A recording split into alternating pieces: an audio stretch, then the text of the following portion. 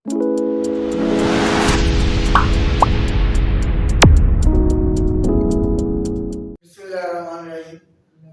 हमारे पास LLB part 2 का जो इंट्रोडक्शन टू लीगल सिस्टम है उसका टॉपिक है सोर्सेज ऑफ लीगल सिस्टम। तो इससे पहले अगर आपने मेरा चैनल सब्सक्राइब नहीं किया तो वो सब्सक्राइब करें और special thank to social media team as well soon campus. हमारे पास है जी source of legal system. Source क्या है? सोर्स है जी person place or thing that you get something from.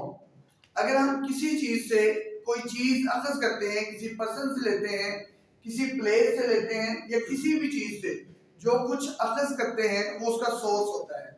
जैसे कुछ जो है वो पनामा लीक्स में पनामा जो है वो सिटी प्लेस है और उसका सोर्स वहां से है। विकीलीक्स वो सोर्स है। तो सोर्सेज वो हैं जहां से हमें कोई इंफॉर्मेशन, कोई चीज हम अखज करते हैं, गेन करते हैं, हासिल करते हैं। और लीगल सिस्टम, लीगल मीन जो के लॉ से रिलेटेड है, जो के जुरिस्डिक्शन से, लॉ से, लेजिस्लेशन से रिलेटेड है, वो है। तो वो सोर्सेज जहां से हम लॉ अखज करते हैं, जहां से हम लॉ लेते हैं, उसको हम सोर्सेज ऑफ लीगल सिस्टम कहते हैं। तो सोर्सेज ऑफ जो लीगल सिस्टम है इसकी दो कैटेगरीज हैं। एक है लीगल सोर्सेज और सेकंड है हमारे पास नॉन लीगल सोर्सेज। पहले हम बात करते हैं लीगल सोर्सेज। लीगल सोर्सेज कौन से होते हैं? जो कि बहुत ऑथेंटिक होते हैं, अथॉरिटेटिव होते हैं और उनको रिकॉग्नाइज किया जाता है इटसेल्फ। वो बुक शेप में होंगे, लॉ की शेप में होंगे, एक्ट की सूरत में होंगे या फिर मुख्तलिफ जजमेंट या एग्रीमेंट की सूरत में होते हैं। तो फर्स्ट जो लीगल सोर्स है हमारे पास वो है कॉन्स्टिट्यूशनल लॉ। जो कॉन्स्टिट्यूशनल लॉ है वो बेसिकली सोर्स ऑफ असल या ओरिजिनल सोर्स ऑफ लॉ है। हमें जो कुछ भी मिलता है वो कॉन्स्टिट्यूशन से मिलता है। जैसे फंडामेंटल राइट्स हैं हमें कॉन्स्टिट्यूशन से मिलते हैं, पॉलिसी है कॉन्स्टिट्यूशन से मिलती है, गवर्नमेंट की स्ट्रक्चर क्या होगी, कैसे गवर्नमेंट बनेगी, कॉन्स्टिट्यूशन से पता चलेगा। उसमें कौन कौन से इदारे होंगे, उनकी पावर्स क्या होंगी, उनकी राइट्स एंड लायबिलिटीज क्या होंगी, हमें कॉन्स्टिट्यूशन से मिलता है। तो कॉन्स्टिट्यूशन प्रेसिडेंट की सिलेक्शन, इलेक्शन जो होते हैं, प्राइम मिनिस्टर के इलेक्शन जो होते हैं, किस तरीके से गवर्नमेंट की नेचर क्या होगी, क्या क्या चीजें जो है वो उसमें ऐड की जाएंगी और कैसे उनको रिमूव किया जाता है। आजकल बहुत इन था, जैसे ये पिछले दिनों ये मामला हुए और शायद कॉन्स्टिट्यूशन को बहुत सारे लोगों ने इस पाकिस्तान की सिचुएशन की वजह से स्टडी भी किया हो, तहरीक में एतमाद आई, उसमें बताया गया कि किस तरीके से जो स्पीकर के इख्तियारात क्या हैं और प्रेसिडेंट जो है, प्राइम मिनिस्टर जो है वो प्रेसिडेंट को लिखेगा कि उसने कैसे उसको असेंबलियों को तहलील करना है, असेंबलियां तोड़नी है और बाकी जो इख्तियारात हैं और किस तरीके से सुप्रीम कोर्ट ने इंटरवेंशन किया। ये सारी चीजें जो है वो उनके इख्तियारात, कौन से इदारे हैं और उनकी क्या क्या पावर्स हैं वो हमें कॉन्स्टिट्यूशन बताता है, लॉ वहीं से आता है। उसके बाद सेकंड जो है वो लेजिस्लेशन है। लेजिस्लेशन जो होती है वो पार्लियामेंट है। पार्लियामेंट अपर हाउस और लोअर हाउस, जिसको हम नेशनल असेंबली और सेनेट कहते हैं, इनको मिला के बनती है। और पार्लियामेंट जो है वो बेसिकली कानून बनाती है। हमने कोई भी कानून बनाना है, कोई भी बिल पास करना है, जो कुछ भी करना है वो उसके लिए अभी लास्ट डेज में जो पीडीए गवर्नमेंट है उसने तकरीबन 39 के करीब बिल पास किए, बहुत सारे कवानीन बनाए, पीका ऑर्डिनेंस और इसी तरीके से और जितने भी ऑर्डिनेंस जो है वो बनाए गए थे। तो वो काम था लेजिस्लेशन। तो लेजिस्लेशन बेसिकली क्या है? एक प्रोसेस है ऑफ मेकिंग लॉ। जो लेजिस्लेशन है, पार्लियामेंट है, वो कानून बनाती है और कानून को रिमूव भी करती है। तो ये सेकंड जो सोर्स ऑफ लॉ है वो हमारा पार्लियामेंट से आता है, लेजिस्लेशन से आता है। थर्ड है प्रेसिडेंट। प्रेसिडेंट प्रेसिडेंट क्या होते हैं? प्रेसिडेंट से मुराद जो कॉन्स्टिट्यूशनल लॉ है या लेजिस्लेशन है, जब इनकी तशरीह की जाती है, जब मुख्तलिफ किस्म के इश्यूज आते हैं तो superior court, supreme court of Pakistan या हाई कोर्ट जो हमारी प्रोविंसेस की है, वो कस्टोडियन है, वो इनकी तशरीह करती है, जो आइन की कानून की जो तशरीह करती है, उसके मुताबिक जो जजमेंट दिए जाते हैं उसको हम प्रेसिडेंट कहते हैं।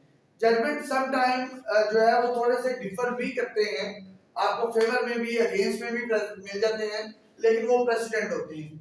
उसकी एक बड़ी आसान सी एग्जांपल है कि फैमिली लॉ में जो बच्चे की कस्टडी है, जो कस्टडी एंड वार्ड एक्ट है, उसमें अगर बच्चा जो है 7 साल का हो जाता है तो कस्टडी फादर को दे दी जाती है। ये लॉ है। 7 साल से पहले वो माँ के पास रहेगा, 7 साल के बाद वो बाप के पास चला जाएगा।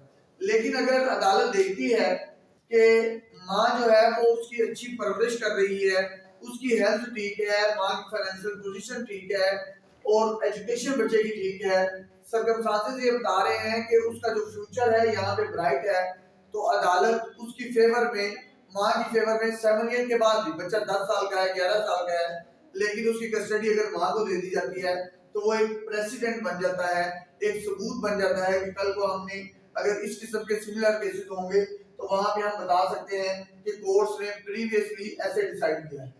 उसके बाद जो एग्रीमेंट्स हैं, कि वियना कन्वेंशन है या मुस्लिम एग्रीमेंट्स हैं जो स्टेट टू स्टेट होते हैं या विद अदर स्टेट्स होते हैं या इंटरनल स्टेट्स होते हैं, जैसे सीपैक के हैं या बाकी सारी चीजें हैं, तो वो एग्रीमेंट जो है वो भी एक लीगल सोर्स ऑफ लॉ है। उन एग्रीमेंट में जो चीजें डिसाइड की गई है, डिसाइड हुई हैं, उनको भी सोर्स ऑफ लॉ में कंसीडर किया जाएगा। उसके बाद हमारे पास आ जाता है जी नॉन लीगल सोर्सेज।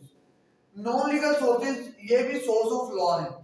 कस्टम वही में भी इन्हीं लॉ को भी जो है ये अनअथॉरिटेटिव होते हैं, नॉन रिकॉग्नाइज्ड बाय लॉ होते हैं, लेकिन कहीं ना कहीं कानून इनसे मदद लेता है।